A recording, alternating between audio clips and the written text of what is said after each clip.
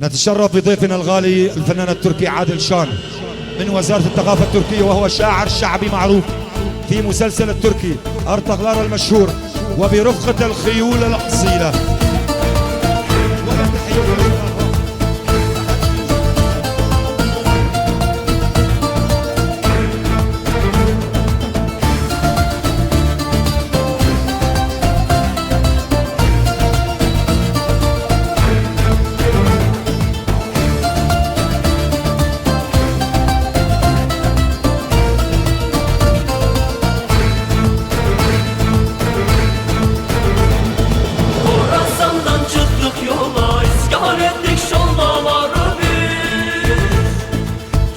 Çölü geliş yurdu bayır bucak Türkmen elimiz. Bölük bölük göçler ile anlar ile kervan ile düştük gurbet illerine biz. Bölük bölük göçler ile anlar ile kervan ile düştük gurbet illerine biz.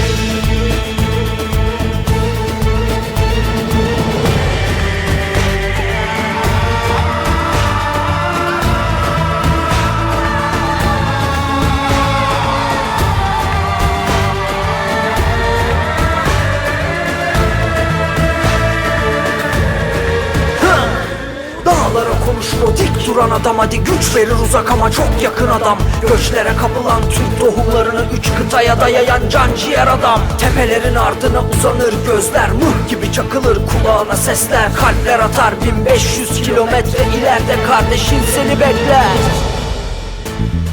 Hamahımız Halep Şam'da Havranca olan tepelerinde,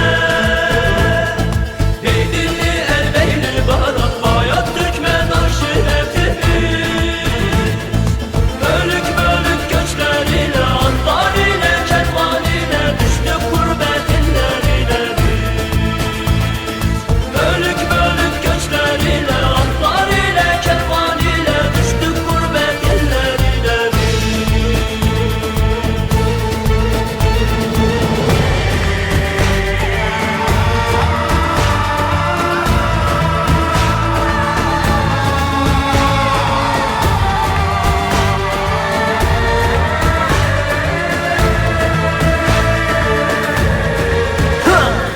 Zor mu o gurbet, her gece harbet, Şam ya da Humus Elbeyli ve Halep. Kar gibi yağsa da insana kan hep, can yarısına buradan bir selamet. Kaya gibi dikili bu tarihi seyret, kadı kızı gibi sabit bu asalet. Gün gelir hayatı paylaşır insan, bayır bucak sen her gün devam et. Yüklendi kervanlar göçe 84 bin otobelimiz. Asya, Avrupa, Afrika üç kıtaya nam salmışız biz. Bölük bölük göçler ile anlar ile kervan ile düştük gurbet illerine biz. Bölük bölük göçler ile anlar ile kervan ile düştük gurbet illerine biz.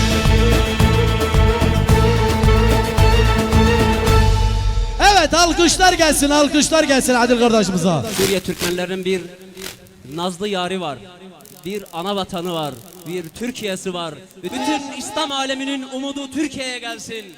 Özgür Suriye'ye gelsin. Özgür Suriyeli bütün hemşerilerime gelsin diyorum. Sizleri Allah'a emanet ediyorum. Aranızdan ayrılıyoruz. Allah'a emanet olun. Evet, şöyle yol verelim arkadaşlar. Yol verelim. Atlar çıksınlar arkadaşlar. Yol verelim.